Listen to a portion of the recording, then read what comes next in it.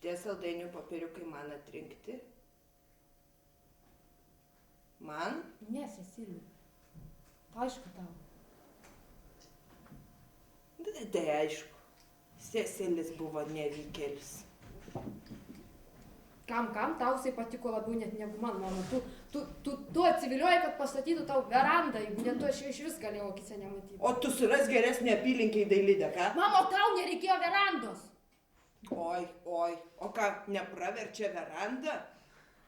Gerai, aš norėjau, kad tu turėtum vyrą, čia labai blogai. Bet, o aš norėjau susirasti pati vyrą, supranti? Labai matau, kaip tu būtum susiradus vyrą pati. Sėdėdavai čia taip pat kaip tavo tėvas, lygiai taip pat, ką aš turėjau leisti tau sėdėti ant to fotelio taip pat? Kodėl ne? Būtumėm kaip tėvas, tiesa tokia. Aš pamaniau, kad taip yra negerai. Pamaniau. Ne viską gali žinot, mama. Su savo pamaniau. Šitie rankšluosčiai.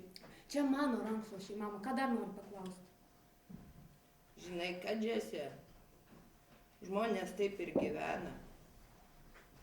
Pamano kažką, padaro ir žiūri, kas iš to išeina. Taip surėdytas gyvenimas.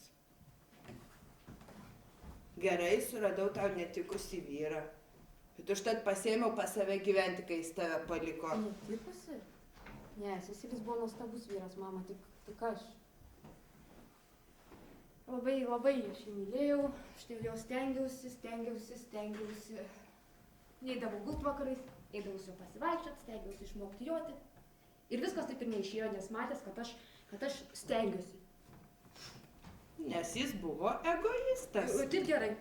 Nu va, Taip žmonėm ir gyvena. va tik ką tavo sūnus. Kas? Rikis? Taip, va, griniausias. Rikis mano vaikas, mama, tu pasižiūrėk, kaip mes atrodom. Mes praktiškai vienodi, mes nešiom to paties dydžio rūbus, mes... Džesė, ar pagal rūbus lyginamas žmogus? Mes visada matom tą patį dalyką pasaulyje, visur neteisybė. Nieko tu nežinai, kas iš jo išeis. Aš žinau, aš ne, paklausyk, mama, kas iš jo išeis?